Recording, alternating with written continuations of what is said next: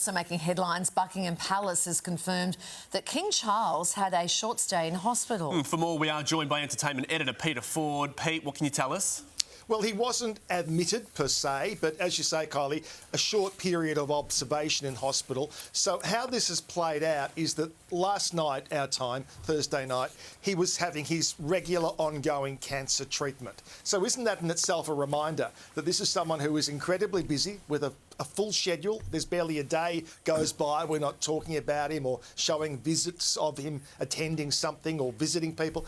And he's still having this ongoing treatment, which he was having last night, our time. Then during the Thursday afternoon, which would have been the early hours of the morning here, he did obviously feel unwell. He had what they are saying are side effects of that treatment. Now, if you know anybody who has undergone any kind of radiation or chemotherapy, some days you can sail through it, other days it can hit you really badly. That's just how it is. And clearly this was one of those days. Now, I think it's important to look at the statement that was put out by Clarence House. Now, this was very coordinated. It was sent out to media on an embargoed basis until 8 a.m. this morning, our time. That's why all media outlets, including Sunrise, went with it at that exact moment because everybody had been given advanced warning. And they go on to talk about that. They clearly want to control the narrative here. They obviously want to play down any fears. They don't want any speculation that is untoward. So it goes on. Now, I think also the question that a lot of people would probably ask,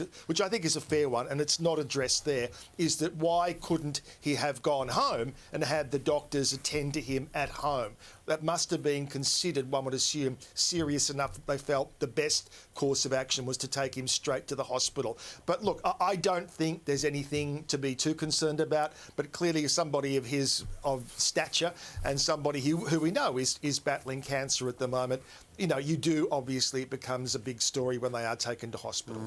As you say, an important reminder too about the exact state of his health. He is still very much battling the disease. Staying in the UK, the Bafta's TV nominations have been announced. Some Aussies have shown up on the list. Yes, the BAFTAs are done in two separate event nights, the movie night and the TV night, which is coming up. And yes, some Aussies in there. Colin from Accounts, which is a fantastic comedy that was originated at Foxtel, has now got a huge international following. Patrick Brammall and Harriet Dyer, who wrote this show and of course star in it themselves, should be very proud to today have a nomination in the international TV category. The other one that got a Guernsey, Kylie, you'll like that, is After the Party.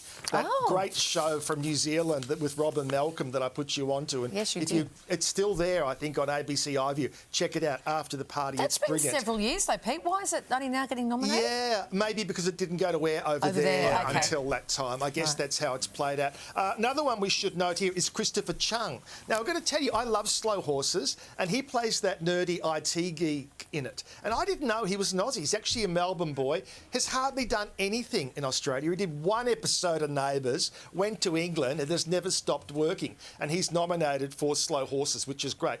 Needless to say, Baby Reindeer, much talked about show, obviously subject still of a lot of legal action that's ongoing. That has got a stack of nominations and you know on the night it's going to dominate. Aussie's doing well. Thanks for that, Pete. Thank you.